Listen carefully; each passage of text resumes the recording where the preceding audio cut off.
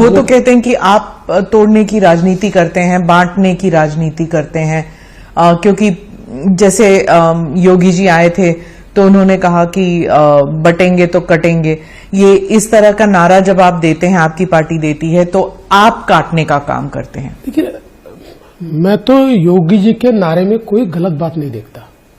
इस देश का इतिहास देखिए, जब जब ये देश जातियों में बटा, प्रांतों में बटा, समुदायों में बटा, तब तक ये देश गुलाम हुआ। देश भी कटा और व्यक्ति भी कटे। इसलिए बटेंगे तो कटेंगे, ये इस देश का इतिहास रहा है। और मैं समझ नहीं पाता हूं कि अगर कोई ये कहता है कि बांटिए मत और बटिए मत, तो इस पे ऑब्जेक्शन लेने की क्या बात है? क्योंकि जब मुसलमान समाज कहता है कि हमें एकजुट होना चाहिए, तो उनको एंटी नेशनल का दर्जा दिया जाता है, उनको सेपरेटिस्ट कहा जाता है कि आप एक गुट बना रहे हैं, आप you are not integrating with the rest of the country. लेकिन जब हिंदू समुदाय कहता है तो उसे नेशनलिज्म का दर्जा दिया जाता है। देखिए, सवाल ये है कि आप अगर किसी पर्पस के लिए एक आ रहे हैं, आप एकजुट हो रहे हैं, बहुत अच्छी बात है। लेकिन लोकसभा में हमने क्या देखा? लोकसभा में हमने देखा वोट जिहाद। लोकसभा में उनके धर्मस्थलों से बैनर लगाए गए, महाविकास आघाड़ी को वोट नहीं दिया तो अल्लाह के साथ बेईमानी है, ऐसे वोट लगाए, ऐसे बैनर लगाए गए। मैं तो तमाम सेक्युलरवादी जो अपने आप को मानते हैं उनको पूछता हूं, ये कौन सा सेक्युलरिज्म है?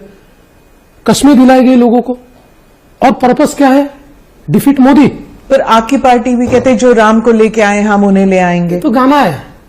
और क्या, देखिए, राम को लाए हैं हम उनको लाएंगे, ये कहने में कोई गलत नहीं। लेकिन इस प्रकार की बात करना, कई हमारी पार्टी ने मंदिरों में लोगों को जमा करके भगवान की कसम खाइए कि बीजेपी को वोट देंगे, नहीं देंगे तो राम के साथ बेईमानी होगी, ऐसा तो नहीं कहा, ऐसा तो कहीं नहीं हुआ। और सबसे बड़ी बात यह है कि आज देखिए, जिस प्रकार की परिस्थिति लोकसभा के बाद तैयार हुई, अब जो डर हमको था, ये वापिस महाविकास आघाड़ी तलवे चाटने का की राजनीति कर रही है। मैं एक उदाहरण आपको कहना चाहता हूं। किसके तलवे चाट रही है? मुस्लिम उलेमाओं के। क्योंकि मैं उदाहरण आपको बताना चाहता हूं। अभी उलेमा काउंसिल ने उनको समर्थन घोषित किया, 17 मांगे उन्होंने रखी थी। इन्होंने बाकायदा पत्र दिया है कि ये 17 मांगे हम मंजूर करते हैं।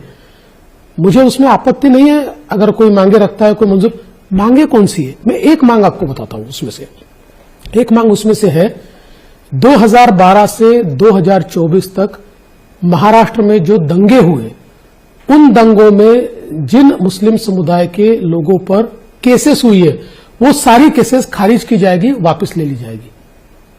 अब मैं सवाल पूछना चाहता हूं कि ये कौन सी राजनीति चल रही है?